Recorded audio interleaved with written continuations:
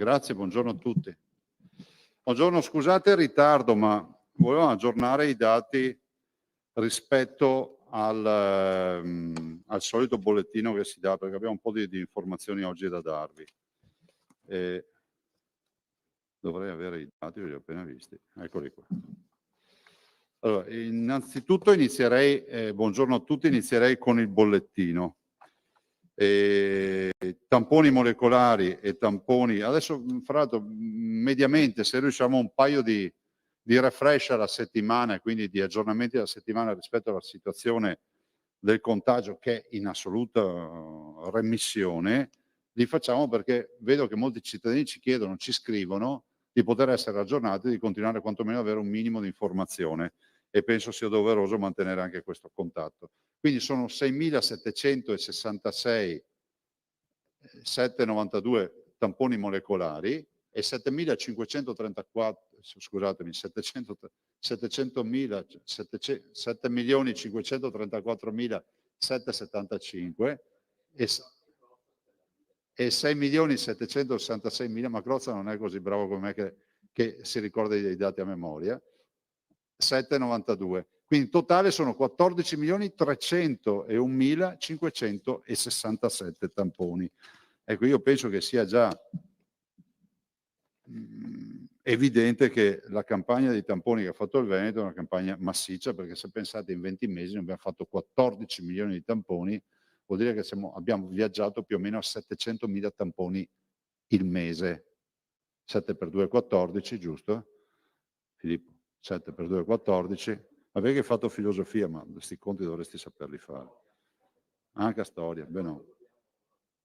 Sì, storia, bravo. Positivi nelle ultime 24 ore, 363. Ecco qui il primo dato, questi 363 con 52.791 tamponi.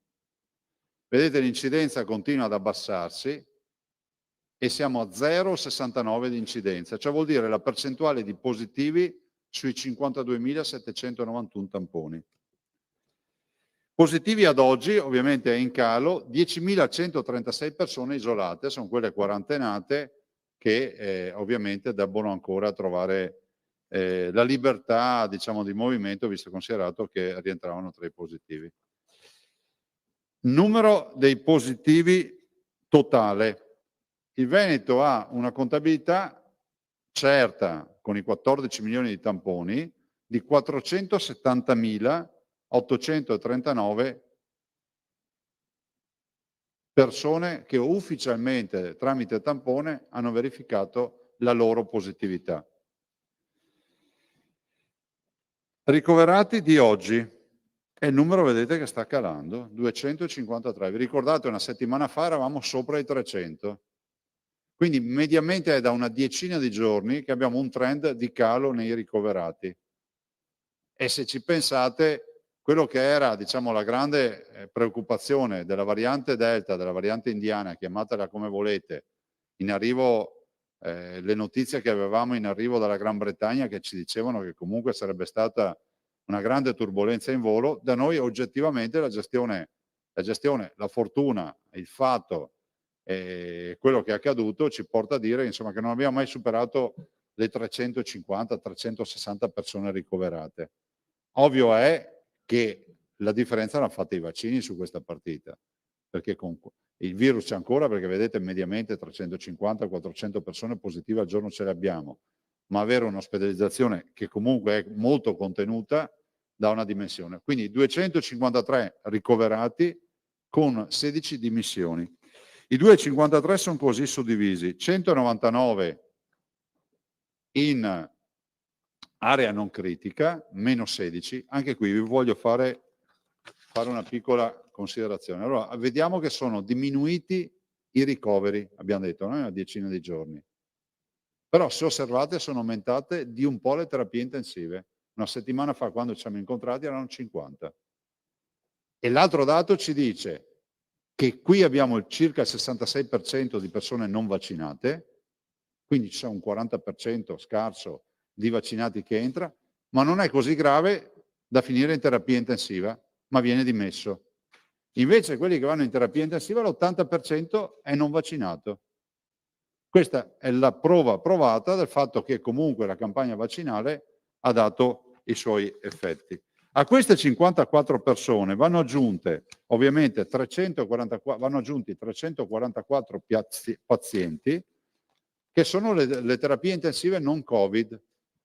Quindi sono sostanzialmente l'attività ospedaliera che è ripresa. Fra l'altro magari al prossimo incontro assieme all'assessore Lanzarin porteremo anche l'aggiornamento su quello che sono il recupero delle liste d'attesa, le 500.000 prestazioni. Siccome stiamo comprando un sacco di prestazioni anche all'esterno in maniera tale da fare in modo di tornare a regime con le prestazioni, vi diamo anche un aggiornamento. Però 344 vuol dire che l'attività chirurgica procede a sprombattuto, vuol dire insomma che ci occupiamo di sanità. Vi ricordo che questo dato era bassissimo in periodo di Covid, soprattutto nella prima fase, perché eravamo ridotti all'osso, cioè ci occupavamo solo di casi estremi, ma di certo non programmavamo operazioni chirurgiche, anche se abbiamo sempre continuato a praticare i trapianti, però avevamo questo dato e siamo arrivati anche a 180 terapie intensive attivate non Covid. Totale dei decessi 11.780 più 2, dimessi 23.000. Io so che sono ossessivo, però ve lo torno a dire sto dato, se lo trovo. Eccolo qua. Positivi noti con 14 milioni di tamponi, 470.000, dimessi dall'ospedale 23.000. Non ci vuole un laureato in matematica per fare 470 meno 23. Quindi veramente sono la stragrande maggioranza delle persone si sono sostanzialmente curate a casa, perché solo questi sono andati in ospedale, il resto a casa. Sono 447.000, se non sbaglio il conto. 470 meno 23.000 sono più o meno 447.000 persone che si sono curate a casa. Lo dico perché anche il tema delle cure domiciliari passa attraverso questi dati.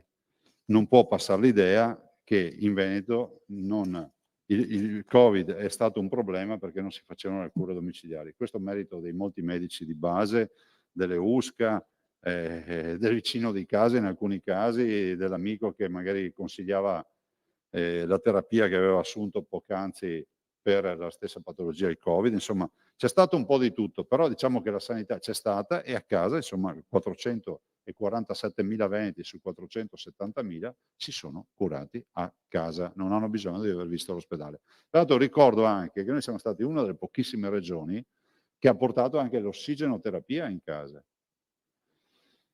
E quindi questo ci ha permesso anche di tenere una deospedalizzazione importante. Sui vaccini volevo dirvi questo, è un aggiornamento che mi è stato chiesto, vi diamo l'aggiornamento. Cioè qua non c'è la praticità del tavolo della protezione civile. Intanto, in questo momento noi abbiamo fatto nelle ultime 24 ore, abbiamo fatto, eccoli qua, 12.106 vaccini. Siamo, pensate, ormai quasi 7 milioni di dosi somministrate, sono esattamente 6.922.000. Stiamo galoppando verso i 7 milioni di dosi, quindi vuol dire che fra una settimana noi raggiungeremo la 7 milionesima dose inoculata. Numeri che se avessimo affrontato solo a tavolino prima del Covid ci avrebbero garantito un ricovero per follia, pure purtroppo siamo arrivati qua. Allora, vaccini. In questo momento noi abbiamo classi di età 12-19 anni, 66,7%. Quindi dai 12 ai 19 anni, età scolastica, si è alzato dello 0,7%, quasi un punto, la vaccinazione dei nostri ragazzi a scuola. 20-29%, una grande performance che continuano a fare i ragazzi dai 20 ai 29, 80,2.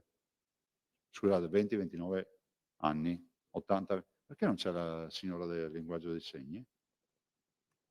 Vabbè. 80,2, bisogna ricordarsi, anche magari in emergenza, purtroppo scusate, vi abbiamo detto ieri sera di questa conferenza. 30-39 anni, 75,5%. 40-49 anni, 77,1%. Quindi vedete che dai 49 anni in giù, la categoria che si è vaccinata di più sono i 20-29. 50-59 anni, 83,6%. 60-69 anni, 88,8%.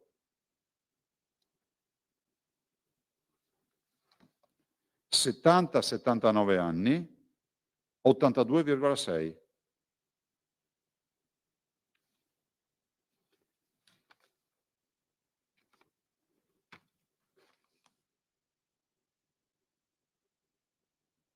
Cioè 92,6, scusate, ho detto 82.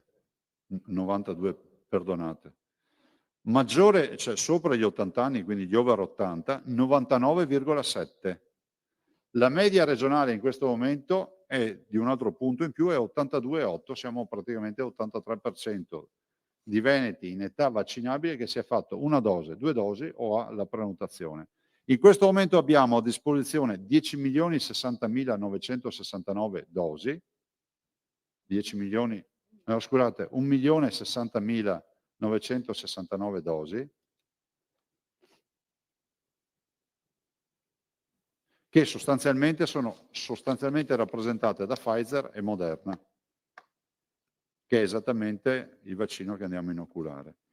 Io prima di passare la parola alle domande, passerei la parola all'assessore Lanzarini, ricordandovi che EMA ha approvato di fatto le somministrazioni della terza dose rispetto alla dose booster per i maggiorenni, e quindi immagino che ci saranno ulteriori indicazioni anche a livello nazionale. Noi stiamo vaccinando all'interno delle case di riposo con la terza dose, i fragili su chiamata, e poi è sempre la base volontaria, voglio ricordare, e difendiamo fino in fondo il fatto della volontarietà, sono circa 72.000 i fragili, i sanitari, comincio a incontrare sanitari che mi dicono che hanno fatto la terza dose, e poi cercheremo di capire quali saranno le opportunità che si daranno ai cittadini su base volontaria di accedere alla terza dose, visto e considerato che insomma, se a seguito dell'approvazione EMA c'è anche questa opportunità. Passo la parola all'assessore Lanzarini per un paio di comunicazioni al volo, prego. Ma allora completo i numeri del Presidente. Sulla terza dose abbiamo anche dei dati che sono scorporati. I fragili sono quelli sui 72.000 famosi, che erano il numero, insomma, che sono i soggetti che possono fare la terza fase, 10.866. Gli over 80, 2.319 e i sanitari 1.301, quindi siamo già a circa 14.480 di terze dosi. Nelle case di riposo, ad oggi, sulla popolazione che è quella dei 30.144, oggi residenti dentro le case di riposo, hanno già effettuato la terza dose 1.318, pari al 4,4%. Qui faccio una parentesi. È un po' più complicato perché sapete che bisogna raccogliere il consenso informato, molti anziani hanno l'amministratore di sostegno, comunque insomma bisogna, quindi è una procedura un po' lunghina, però insomma si sta andando verso questa direzione. L'altra, se volete, sulle case di riposo, vi do anche il dato così si capisce anche la circolazione del virus, oggi abbiamo 28 positivi in tutti i 30.000 ospiti insomma delle case di riposo, quindi insomma fortunatamente il virus insomma non sta circolando all'interno di queste strutture, questo ci rassicura. Scuole a sentinella, che il Presidente chiedeva dei dati, siamo partiti in 27 istituti, perché anche qui sapete che dobbiamo raccogliere l'adesione, quindi perché è su base volontaria. Abbiamo già effettuato 5.500 tamponi molecolari salivari. Ricordiamo che noi diamo il tampone, poi lo raccogliamo, quindi uno lo porta a casa e lo fa alla mattina prima di lavarsi i denti, prima della colazione, insomma, perché quindi il campione sia un campione completamente pulito. E ad oggi, rispetto a questi 5.100 test fatti e refertati, quindi dopo la refertazione di laboratorio, non è emerso nessun positivo, fortunatamente. Andremo a regime, io credo a brevissimo, perché voi sapete che noi, il nostro piano prevede circa 11.000 test, quindi 11.000 campioni appunto all'interno dei vari istituti di tutte le province ogni 15 giorni. Grazie. Sì, ricordo, grazie intanto all'assessore. Ricordo solo un altro aspetto. L'anti-influenzale avremo i vaccini da 1° novembre, Dal 2 giusto? di novembre inizia la campagna nei vaccini dal 2 di novembre.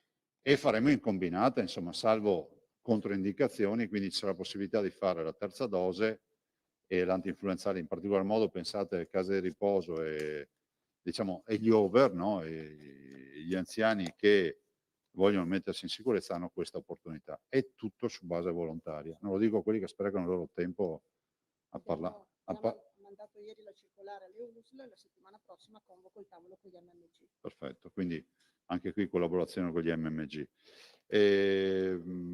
Volevo dire una roba, stiamo facendo un bel lavoro, vi presenteremo questo lavoro, non so se ce la facciamo questa settimana, ovvero l'impatto della vaccinazione letto rispetto al contagio. Cioè, sostanzialmente, mutuando un modello in assenza di vaccinazione, cercando di capire col contagio di oggi o con le ondate di contagio in presenza di vaccinazione cosa sarebbe accaduto se non ci fosse stato il vaccino. Questo.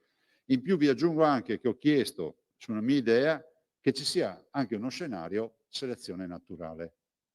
Perché siccome si sente sempre parlare che il virus non cos'è un problema, è un'influenza, è una passeggiata, ho detto proviamo a ipotizzare che ci fosse semplicemente niente lockdown, tutto aperto, non avessimo fatto nessuna misura e chi si ammalava e gli ospedali avessero ricevuto quelli che potevano ricevere, dopodiché avrebbero chiuso, eccetera. Proviamo a dare uno scenario, è di difficile costruzione perché dobbiamo recuperare molti dati, diciamo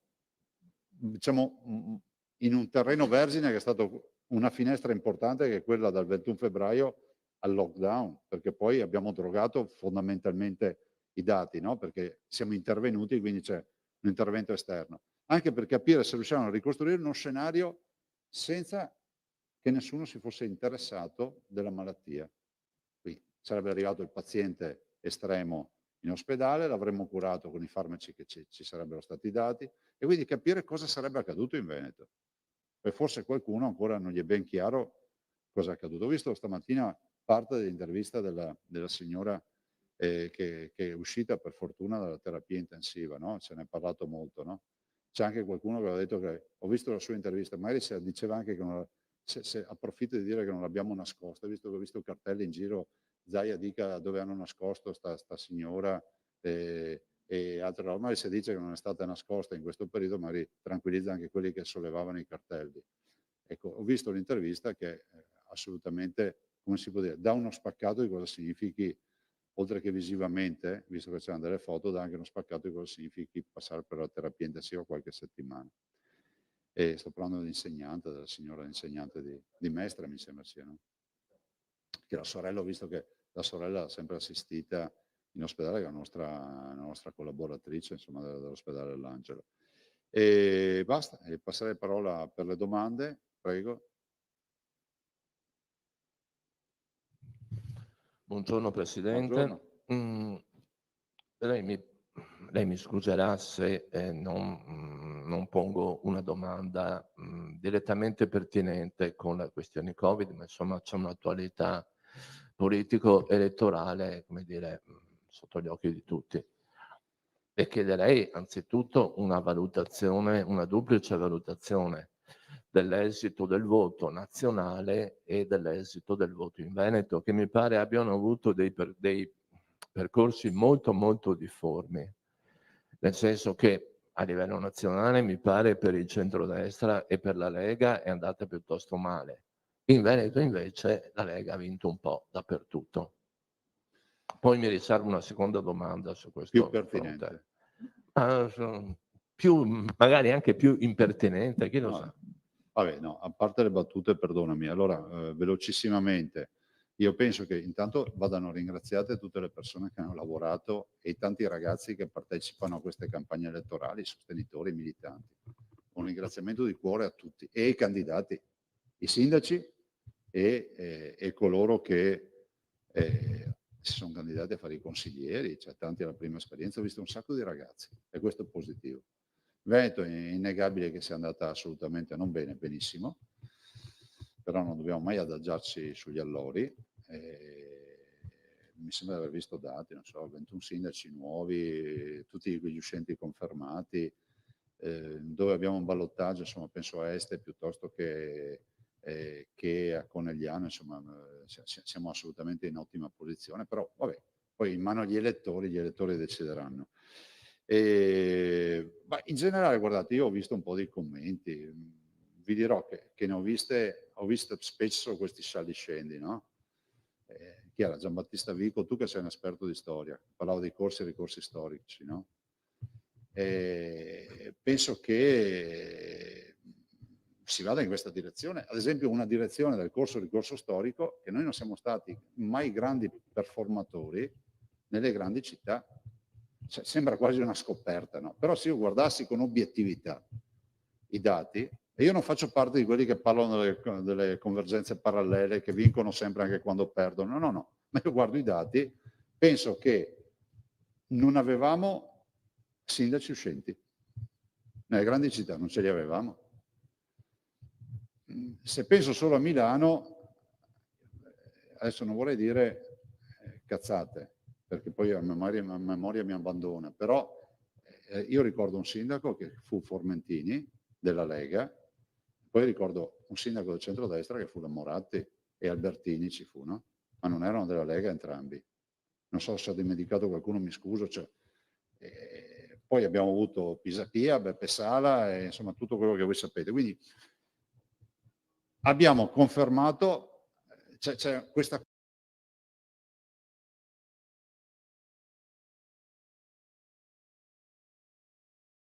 differenza forse del passato, ci giochiamo 2 ballottaggi su 2 città che non avevamo, che è Roma, dove siamo addirittura in testa con il ballottaggio, e Torino. C'è da un lato una debacle dei 5 Stelle, penso che sia evidente. C'è una, come si può dire, c'è un blocco di centrodestra che si conferma per valori assoluti. Pensate solo all'esempio di Conegliano, se sommassimo i voti dei 2 candidati di centrodestra avremmo stravinto il primo turno, non vinto, stravinto il primo turno. Ma è altrettanto vero che c'è un evidente travaso, ad esempio, da Forza Italia, Fratelli d'Italia in alcune realtà. Ma insomma è una storia che si è già vista.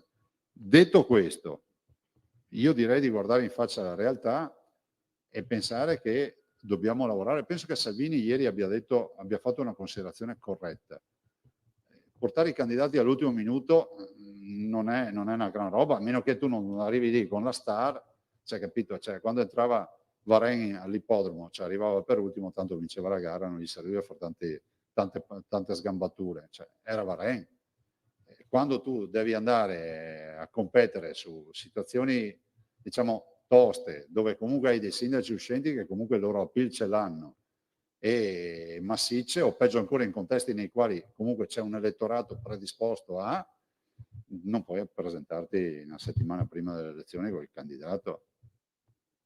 Dopodiché, se mi permetto di dire in punta di piedi, non conosco i candidati, quindi mai incontrati in vita mia, ma penso solo al dibattito che c'è stato su Milano, penso che insomma, se ti metti nei panni della signora Maria che guardava la TV, tutto quello che stava accadendo, probabilmente ti dai anche tante spiegazioni.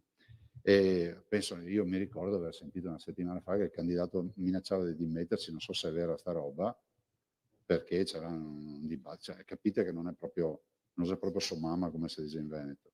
Però insomma, adesso guardiamo avanti. Il Veneto sicuramente è andata bene, però io penso che ci sia la solidità, per quanto riguarda il mio partito, di un partito che c'è.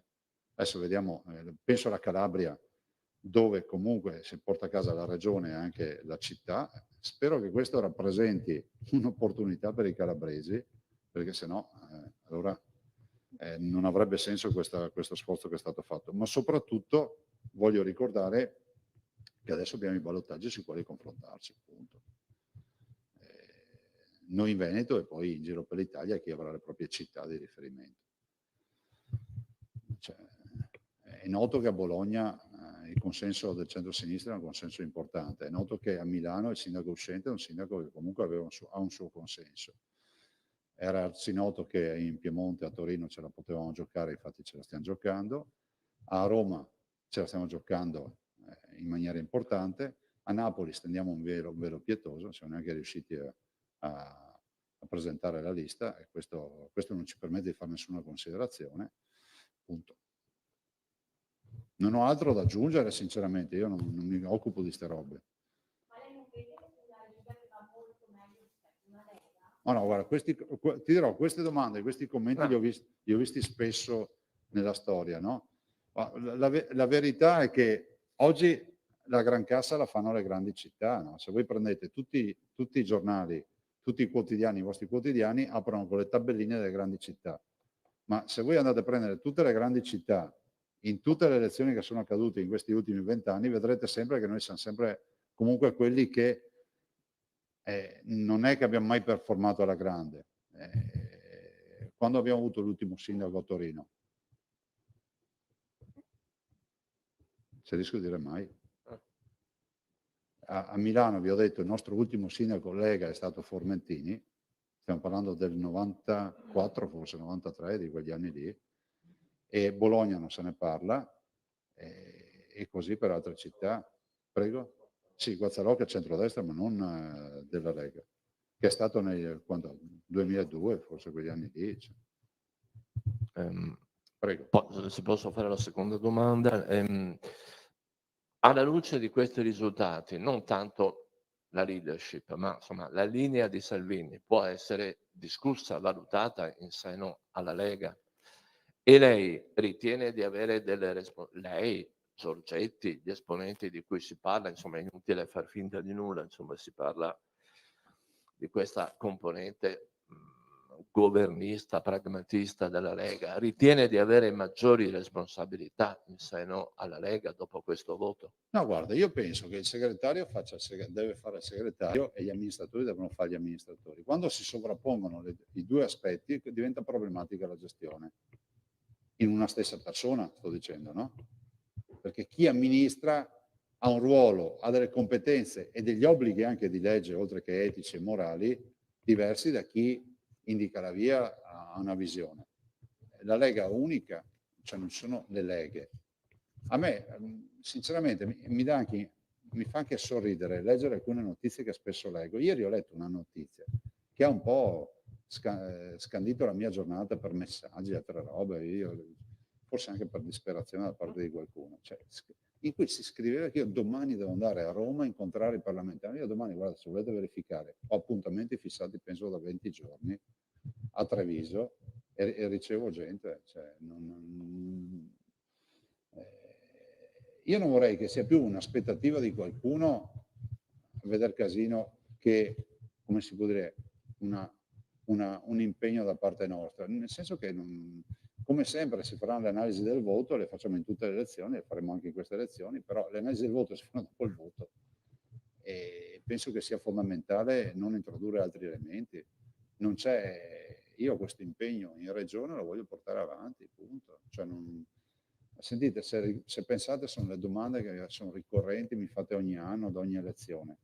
Non ho altro da aggiungere, dopodiché il risultato dell'evento è stato eccezionale, c'è poco da dire. Ci sono dei comuni dove veramente noi abbiamo sindaci eletti col 70, l'80%, insomma, cioè, vuol dire che i sindaci uscenti che prendono l'80% sono sindaci che hanno fatto bene per 5 anni, è la stragrande maggioranza.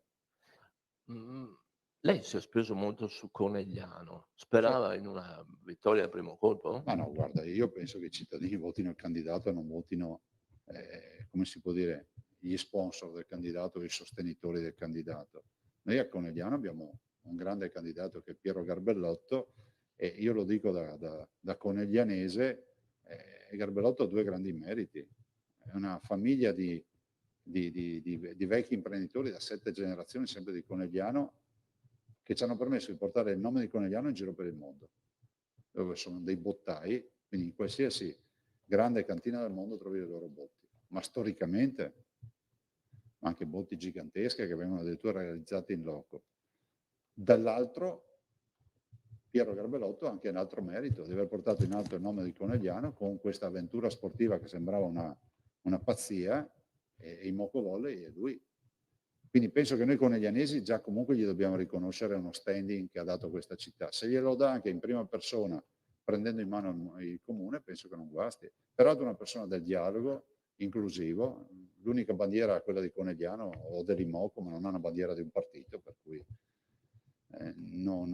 ha totale carta bianca, farà come crede meglio si debba fare per governare la città, avendo l'ambizione che la città torni ad avere la centralità che aveva.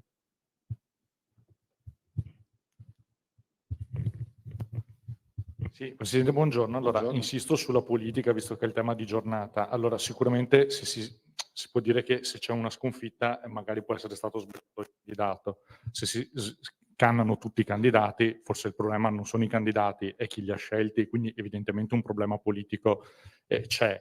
È vero che lo sappiamo che lei non ha ambizioni di leadership a livello di segreteria, però credo che l'abbiamo visto col Covid, gli amministratori incidono sulla linea del partito, e quindi mi chiedo se in questo senso da lei, da Federica, da Fontana arriverà un input a ritararsi, anche rispetto al fatto che probabilmente aver fatto una campagna elettorale nelle piazze contro il Green Pass con ambiguità sui vaccini forse non ha aiutato nelle grandi città. E questa è la prima domanda, poi ne faccio una più di agenda. Sì, guarda, seguo la tua riflessione, che è un po' una contraddizione se ci pensi. E tu dici, se è vero che i candidati perde il candidato, è colpa di chi ha scelto il candidato, del centrodestra allora? Perché noi non abbiamo corso da solo da nessuna parte. E allora stiamo parlando di centrodestra, che è un'altra roba ancora, nel senso che non è Matteo Salvini o Lega che ha scelto i candidati, è il centrodestra che si è scelto il candidato di Milano, il candidato di Torino, il candidato di Bologna. Ma, io penso invece che ci siano delle congiunture astrali che in questo momento ci portano a dire e a confermare che le grandi città adesso hanno avuto conferma di sindaci uscenti, come nel caso di Sala, di Beppe Sala, oppure ci danno la possibilità di correre. Guardate che Roma è comunque una città nella quale noi siamo in ballottaggio. E dopodiché io trovo anche strano che il grande dibattito lo si faccia sulla Lega quando c'è un partito che riempiva le piazze e oggi è stato letteralmente azzerato da queste elezioni, che sono i 5 Stelle. Guarda, è una campagna che ha avuto un grande dibattito e anche oggettivamente, poi voi mi aiutate, è una campagna che a me sembra che abbia avuto anche un altro problema, ci sono state tante polemiche anche, no? Che hanno riguardato un po' tutti i partiti, se ci pensiamo bene. Perché dal centrodestra al centrosinistra tutti hanno avuto le loro polemiche anche solide durante questa campagna. Probabilmente non saranno neanche finite, perché da qui al ballottaggio chissà quante ancora ne vedremo, ne leggeremo. Dopodiché, qual è la linea? Non è un problema di linea, il problema è che ci si confronta e cosa volete? L'amministrazione, la macchina della politica, è una macchina che si tara giorno per giorno, cioè è inevitabile. La tieni sempre carburata nella maniera migliore, dopodiché alcune considerazioni sono già state fatte, dibattito o non dibattito sui vaccini sul Green Pass. Voglio ricordare che noi abbiamo in tempi non sospetti fatto un documento con 5 punti che conferma il Green Pass per alcune categorie, che conferma la volontarietà dei vaccini, non l'obbligatorietà, che parla di monoclonali, che parla di tutta una serie di altre attività che non sto qui a dirvi. Per cui noi confermiamo quello. La domanda di agenda è rapidissima, quindi questa settimana, al di là dei parlamentari, degli incontri segreti, ci sono incontri sull'autonomia? Questo mi interessava. Perché Sull'autonomia? Sì, questa settimana va a Roma? Ci sono incontri su base tecnica. Quindi non è prevista la presenza dei No, presidenti? Ok, grazie. Ho sentito il ministro anche ieri, il ministro Gelmini, ma io non ho in programma di andare a Roma. Mi spiace per chi... Ma sai, io se fossi un giornalista e faccio una pagina su una roba così, prenderei per un orecchio quello che mi ha dato la notizia e gli direi guarda, per i prossimi 6 mesi non chiamarmi più, perché è veramente inaffidabile la fonte. Come inaffidabile la fonte che dice che Giorgetti, Zaia cospirano perché Federica vada a fare il segretario. Cioè, ma io boiate ne ho viste tante, lette tante, ma così mai. Cioè, io non è che no di pensare a cospirare, proprio non ho neanche minima. Non ne ho tempo perso purtroppo. Prego. Affluenza, un commento. Ma questo è il vero tema. Vince il partito dell'astensione. In molti casi vince il partito dell'astensione. Questo è un commento che va fatto, nel senso che, per carità, possiamo dire che il Presidente degli Stati Uniti viene eletto con il 25% di affluenza alle urne, che quindi ci sono esempi di democrazie, diciamo, evolute che comunque non hanno tutta questa partecipazione. Però noi siamo la culla della partecipazione. Ricordo le mie regionali, ricordo comunque tutto quello che gravita attorno al tema del suffragio, no? Penso che molto abbia inciso non solo il dibattito, abbia inciso tantissimo anche il momento storico, che è un momento nel quale c'è stato da un lato tanto dibattito, la cittadinanza spesso dibatte al suo interno tra sì Green Pass, no Green Pass, vaccini, non vaccini, e forse c'è stata un po' di disaffezione. Io penso che i partiti dovrebbero recuperare, come si può dire, questo legame che è sempre stato solido con l'elettorato. Però insomma ci sono state molte comunità dove la partecipazione c'è stata. Dopo a livello nazionale si vede che in alcuni casi c'è stata disaffezione e non è un bel segnale.